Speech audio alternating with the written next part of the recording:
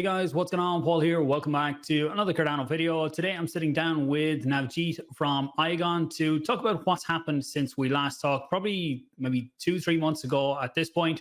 A lot has happened for you guys since you have launched on mainnet with storage, compute isn't that far away. And there's a lot of things going on. Navjit, thanks for taking the time to come back on and give us some updates. Yeah, thanks for having me again, Paul. It's glad to be back, and it's been a crazy Christmas and crazy New Year's. In terms of interest, it's a good crazy, I think, and a lot of interest being brewed up with the decentralized storage part.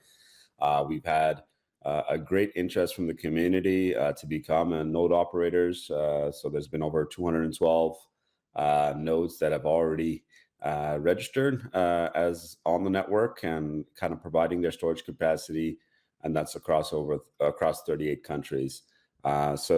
Yeah, we've seen a really good interest from the community, and very eager to see what once we get the compute out, how that goes as well. But yeah, a lot of things happening, and we also released other apps as well, LedgerFlow with the multi-sig and the accounting, and also we have the web hosting, which has also driven a lot of interest in the community, with over 115 websites hosted already.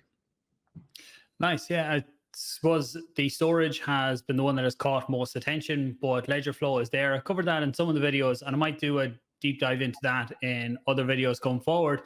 But as we started out on storage, you can see now it's over 1 petabyte. I'm not used to saying that amount of storage, but has this outperformed your expectations, or were you expecting this type of reaction from the community? It's big numbers to get out of the gate, and 212 nodes providing that. I really like the stats where the APIs are there for anyone to pull the information out. Is this a community page, or is this one you've put together? It's just one I found. Yeah, this is a community page. So there's been a couple of pages, and this one's, I guess, a fan favorite.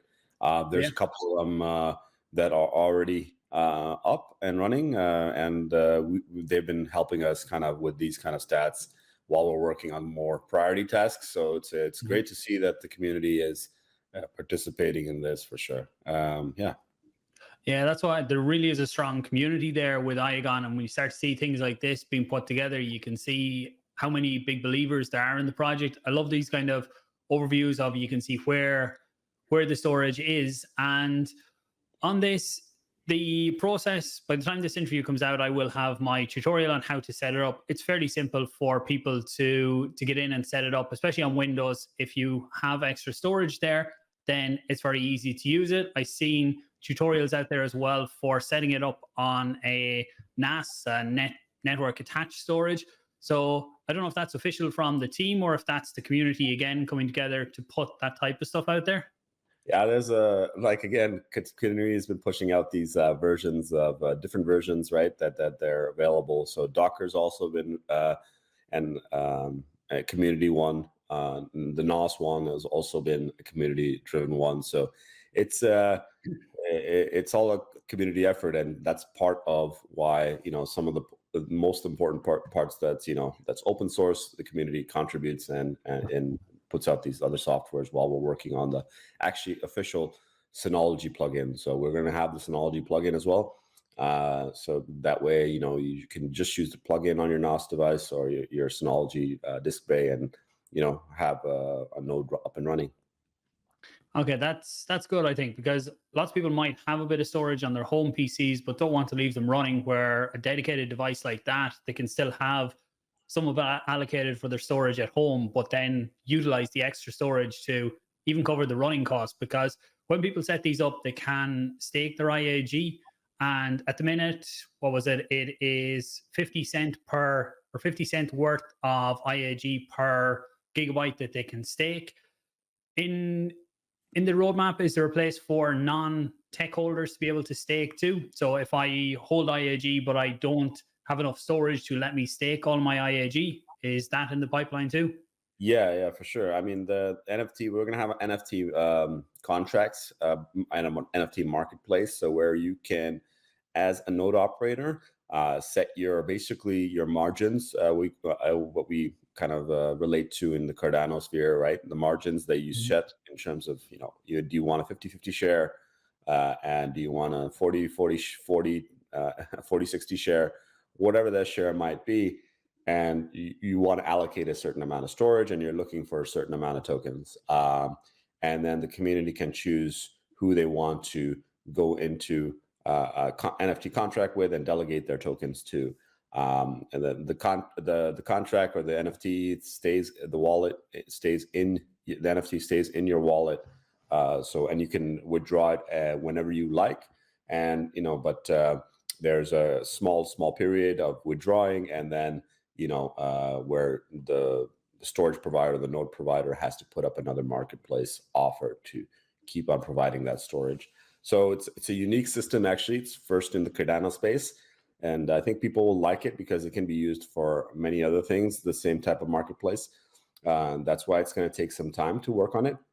But we have that ready by early Q2. Yeah. Okay, so that means people who have the extra, basically bringing the two people together, people who have extra storage but don't have the IAG to stake themselves, you can match them up with someone else who has the IAG without the storage, and both get to earn out of it. Correct, yeah.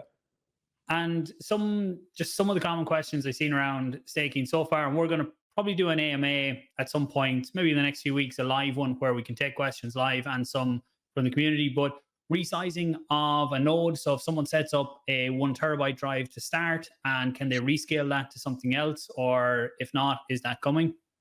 So it's not possible currently, and the reason why we took that, because if you provide that kind of offering right away and constant offering, like let's say you can resize whenever you want, it creates kind of an unstable economic field for the IAG token, and at the same time the storage node network, right? Because the price is fluctuating up and down all the time. So what that means is if they are able to resize, they're able to kind of decrease their stake or increase their stake, and we don't want it to happen often. I think it'll be a periodic resizing, meaning that you have a certain period where you can choose to resize your device if you want to, which will be available for sure, but it's going to be periodic, and that periodic in terms of how many periods in a year that will be possible for, we have to decide on what that might be. Yeah. Okay, and I suppose when you're resizing your device, then like what you're saying there is on the IAG price might have changed, so you might need to provide more IAG to even have your current allocation. Right now, that doesn't matter, does it? So whatever the price is on the day that I stake, that's what counts, and the change in the market only counts if I'm resizing at some point in the future. Yeah, exactly. So it's more difficult to it's easier to give the current price. But when you have a resizing method, then you have to take into account that price at that time. So that makes the kind of architecture of that a little bit more difficult, I guess. But that's why we have to have a periodic resizing instead of a constant resizing. Okay, yeah. So there's lots of different variables in play there. Yeah. And speed-wise, so how does this compare to, say, if I get AWS storage or I get Google Drive or something like that? For the end user accessing this storage, how is the speed comparison for them? So we are going to do benchmark tests a bit later, once we have everything kind of more stable and the software is more stable, and new versions are released and all the bugs are fixed. We'll have some benchmarking. We did some benchmarking in the testnet, and that's why we had so much interest, because in testnet over 800 nodes were testing. So it's a great. That's why we had such a huge interest, and it surpassed expectations still. And for the resizing. Sorry, what was the question again? I was. Just on the speed versus, say, traditional Web 2. Yeah, so the speed is right now similar in a sense, but it's not as fast as centralized players currently. We have still nodes in 38 countries, so it does offer kind of sometimes a much speedier response in certain areas. but it's not there yet at that level of centralized players, because we do have a minimum requirement for the node operators, like the speed, the bandwidth, and the read-write speed, and the kind of uptime requirements that enables them to basically have a good service on the user side, for sure. But once we have more nodes and we bring out the Beehive network and the after the compute comes out, that will really optimize everything, because now you have the Beehive network that's working together to optimize the shards to make sure that they're in an ideal location for the user, and make it much more quicker. And then we'll see benchmarks closer and or maybe even faster than Web 2. Nice. Yeah, I suppose, look, most people looking to get in early, they're looking to take advantage of the decentralized network and move away from centralization. So they don't mind if it's not just as quick, because you don't always need the instant transfers that you can get for smaller files anyway. But on final one on that then is, I've seen a few people asking about, is there ways to import, say, if I have Google Drive, I have, I don't know, 100 gigabytes over there. Is there easy ways to transfer that in yet, or is that something will be worked on?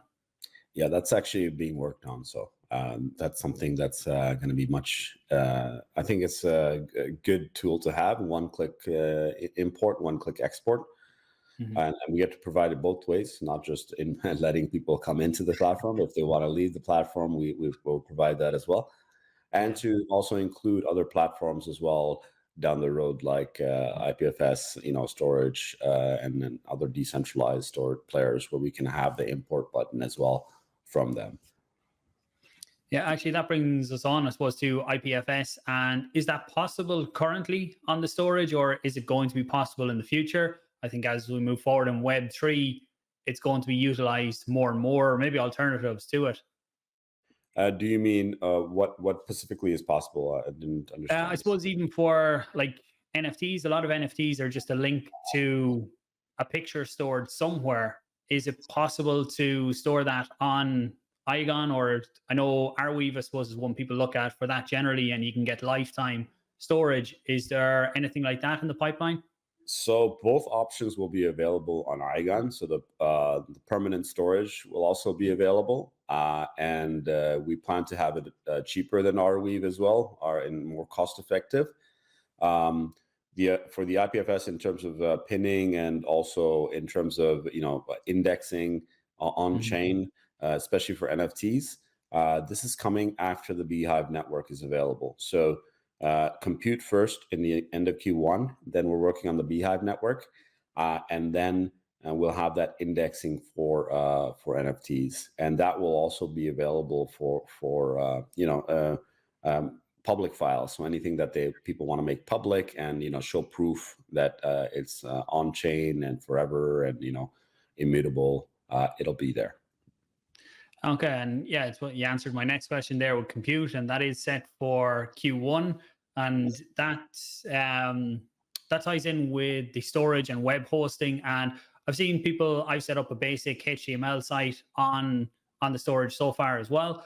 But once we get compute, can we get more complex dApps or that running on the system? And how would they be compared to, say, I use AWS or Versal or something like that for hosting right now? Where would they be in line with that? Yeah, for the compute, it'll be an early version, and so I don't think that it'll be ideal right away for hosting apps. But that's the plan, to get to kind of the ideal scenario of how Web 2 has it in terms of streamlining apps and making it very simple and efficient and performant.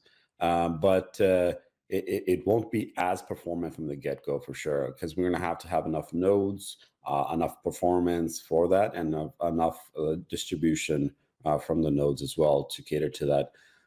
What we're trying to do first create is use cases mostly related to nodes, in terms of the Beehive network, and also the spare compute capacity, where we're trying to, in the beginning at least, to pool the compute power and use it for consensus mining, where the community decides on which cryptocurrency to mine, and the shares are distributed.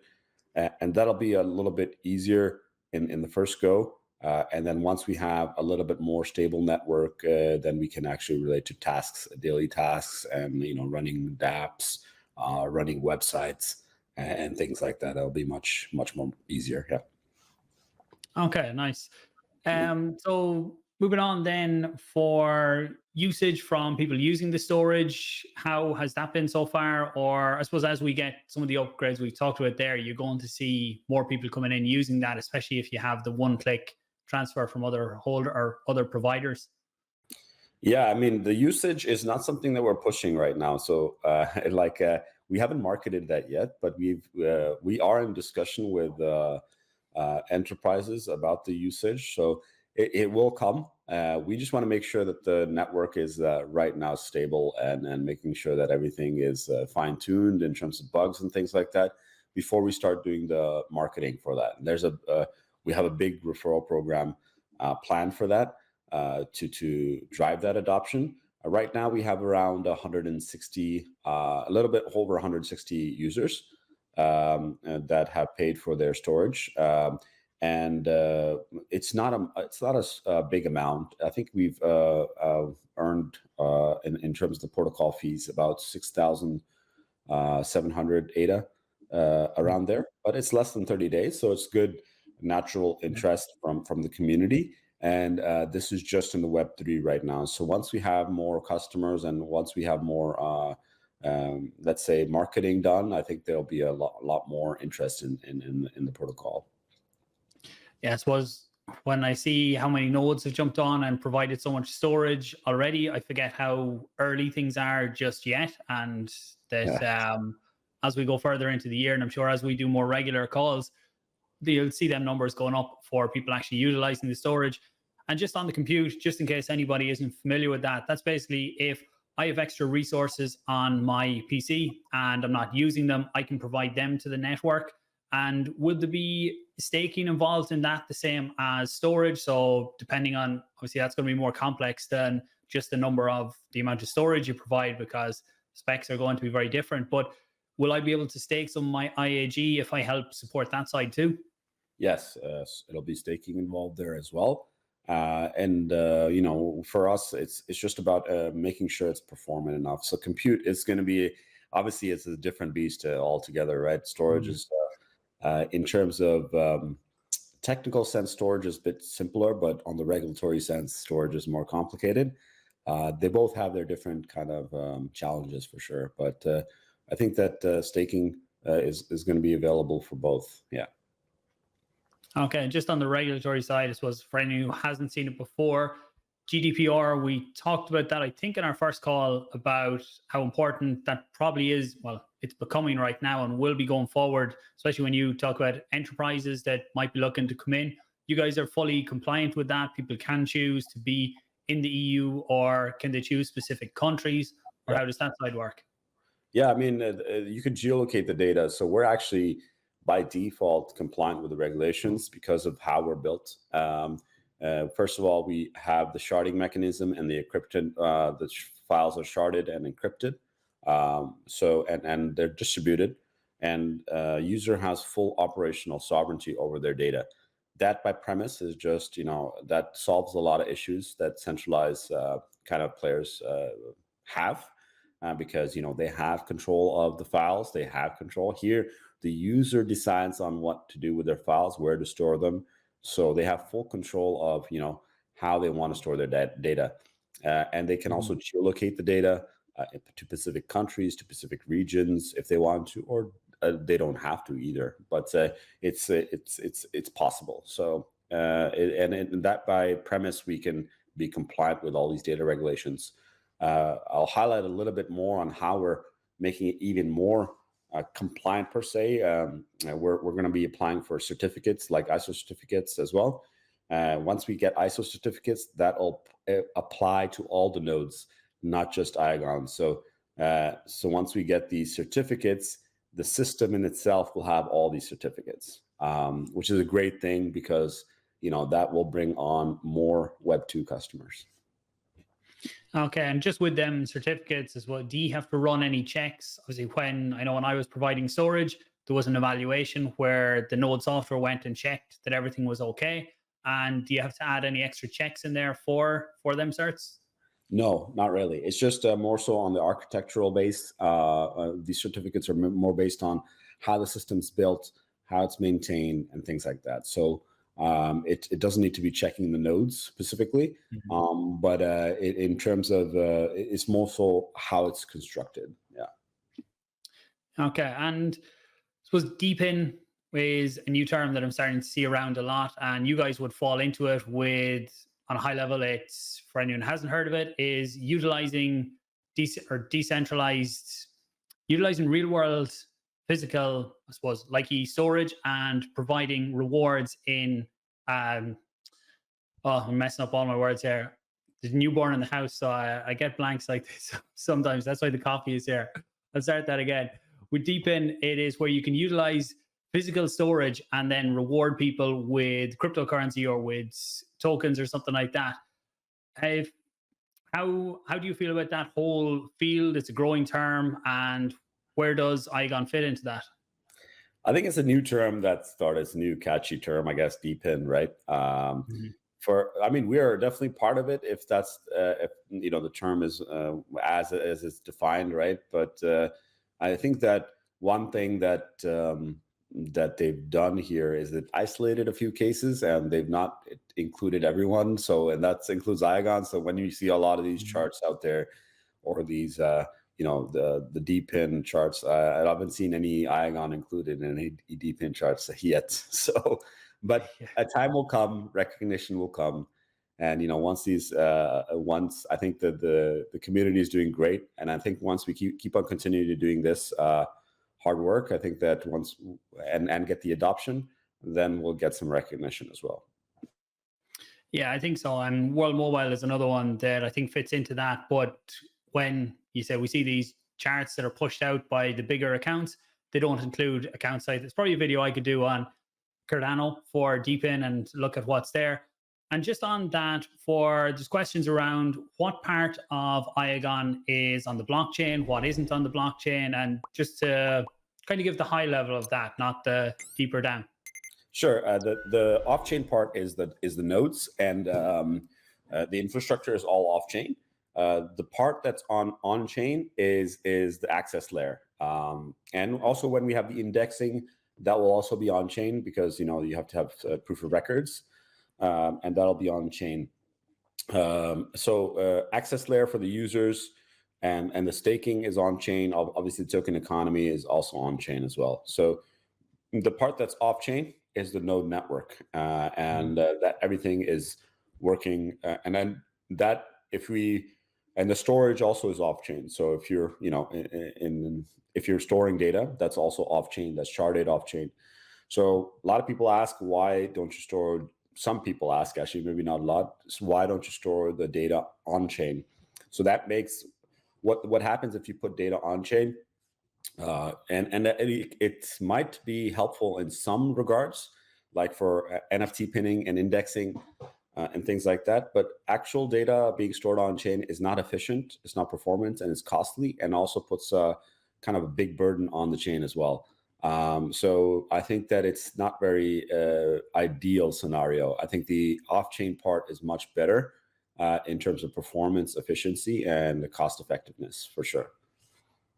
Yeah, I think if you're putting all the storage on chain, then every node provider on the network, or if you were doing this on Cardano, you probably kill the network, because every SPO would need to have drives big enough to be able to hold, and the blockchain size is just going to get massive. Another one was an interesting topic on Twitter in the last few days was you guys got a new patent. Congratulations on that. It got a mixed response, but do you just want to give the high level of what the patent is, and then we'll talk about kind of the response of where this fits in a decentralized system?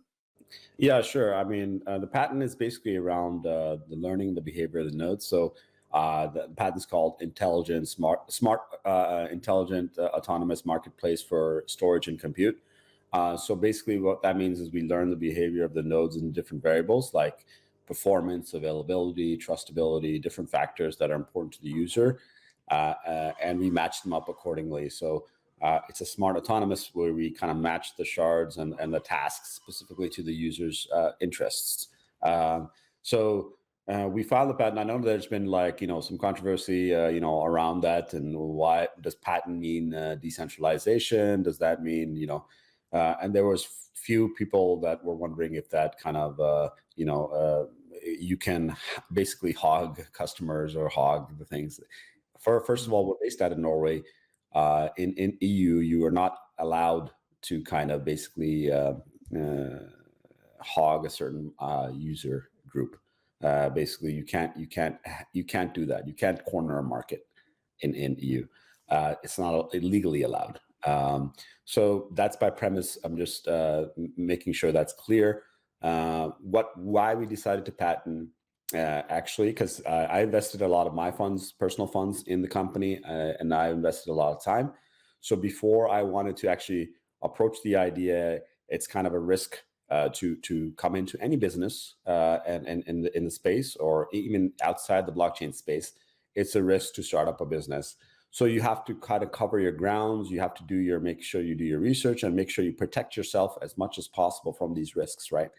And one of the risks that we come into the Web3 space is a lot of copycats. We realized that very early. People can, copy each other. And sometimes it just depends on how much funding you have, how much backing you have, and how much other people in terms of networking. And we took that stance because we were early and we don't know anyone in the space. And we took that space so we patented our idea because we believe that gives us a protection layer that we can build comfortably without having to look around our back and see, oh, this guy's going to take the idea and run with it. Now we're just stuck. And I'm stuck with kind of all the loss, basically. I guess it's a deep topic that can go into a very, very, we could go into a lot of things in terms of what is decentralization. But the one thing it is not is it's not exclusive. It's not exclusive to a set group of people. It's inclusive, meaning that anyone can participate in the network. And that's the one thing I want to make sure that we highlight on Twitter Spaces on Friday, on how and why and what decentralization means for us and for anyone else. I think it'll be a good discussion on Friday to go a lot deeper into that. So Catalyst funding, the latest snapshot was for Catalyst yesterday or last night as we record this. So voting will be coming up. You guys have some proposals in there again. Do you want to take a quick run through what they are? Yeah, so I mean, we had these proposals last Catalyst as well. Same proposals, function and stature. What I think that people were, this time we made them open source. So last time we had them partially closed source, but now we have them open source, and we've also fine-tuned a little bit, but it's pretty much the same proposals. Stature for everyone. Stature is a reputation protocol for Web3. So basically, you can earn your reputation across multiple platforms. It's kind of like a CV for your reputation. It creates a kind of trustless, permissionless participation in the ecosystem. For example, if you're a node operator on IAGON, you can earn your reputation on IAGON as a node operator, and depending on your performance, your reputation, that can carry over to a different protocol or different ecosystem as well.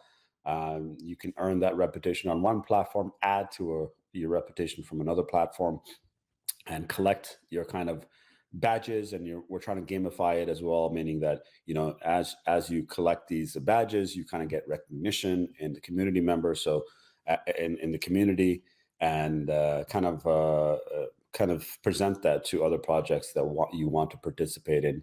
And that way, projects don't really have to trust you as a person per se. They can trust your resume, your reputation, in terms of how, and it's only focused on positive behavior in terms of what positivity you do for the ecosystem. It doesn't focus on the negativity, but positivity in terms of, how you've been, how you trade for per se, and then things like that. Fluxion is more so for, it's a decentralized kind of query system. And a lot of people have problems with DB Sync from the developer point of view, and it just makes it very easy and simple for people to pull data in efficiently and performant manner. This is a big task, a big undertaking for sure in Fluxion. So both of them are big projects in a sense that they created a unique value proposition for the Cardano ecosystem and beyond. So not Fluxion. Fluxion is more focused on Cardano, but Stature definitely beyond Cardano, and it can create a lot of use cases for sure. Yeah, I like the reputation one, because a lot of times we say I have a platform here because of this channel, and I run a stake pool, and that definitely does help there, builds trust. But there's a lot of really good technical SPOs out there that run really, really good nodes and run other parts of the network that don't get the exposure that they deserve lots of the time. So something like this would be able to capture that and present it then to users to see what are the ones that really do provide a good, solid tech solution. And especially for new projects coming out, maybe they want to see what are the ones that we know are going to be reliable for the early people to set up nodes or things like that. So I think there's lots of different use cases there for that. Yeah, I mean, and it's not just for nodes, right? It can also be for marketing. It could be for onboarding. On anything on-chain metrics and even off-chain metrics that people kind of projects can see, like, oh, this guy onboarded so many users to our platform. That can be also catered to other projects that are looking for someone that's onboarding customers, right? So these metrics are very important for projects, because now you have permissionless trust, and this could be even taken for example, KYC metrics and things like that, trading metrics, and having loans, for example. If you're a good, reputable person, then you can have maybe a lower percentage interest loan on one of the other protocols, right? So it can go many different ways. Yeah, brings even more transparency, which is what we're trying to do with blockchain in general. In terms of updates, we've covered a lot of it, but sum up the next few months for IAGON before we finish out there, and then I'll give you the closing thoughts on where we go from here. Yeah, I mean, for IAGON, what we're now working on is just making sure that all the bugs are fixed in terms of the node software and the platform, the UI bugs. And then we'll start working on, there's other things that we're planning soon in terms of the multimedia dApps that we're going to start working on the storage side, on the storage infrastructure, like mail, encrypted messaging, things like that. And we have other plans in terms of, we're focusing on the compute first. That's the #1 priority. And we'll have the Synology kind of plugin. That's also one of the, let's say, shorter priorities. We'll also have Trezor support. I think we released Ledger support and Keystone support yesterday. Trezor support should come soon as well. And we're looking forward to the compute side. That's the first thing that I think that's the closest, biggest goal for us, is the compute. Yeah. Nice. I think we covered a lot here today. Hopefully we answered a lot of the questions the community have. If you have any other questions, do leave them down below. We'll do a follow-up. Maybe in the next few weeks, we'll do a live stream where we can answer questions below this video and then take any live. But anything we missed today or we should have included? I don't think we missed. I think we've covered everything almost. I think the main thing, the topic I think is for people was the patent and the information. I think a lot of people are interested in that, and I encourage you guys to join in on Friday. There's going to be open spaces. Other founders are going to be there, other companies, and it's going to be open space on what people feel, what decentralization means. And we'll discuss the topic openly there. Great. Yeah, I will leave a link to that down below. I'll leave a link to the tutorial for how to provide a node, provide storage if you want to do that, and any other useful links for IAGON. Navjit, thanks for taking the time to come on again today, and we'll catch up soon. Thanks, Paul. Cheers. Everybody, don't forget to subscribe for general Cardano content, for more IAG, IAGON content going forward too. Give it a like, share it out to let people know what's going on here, and we'll talk to you soon. Thanks for watching.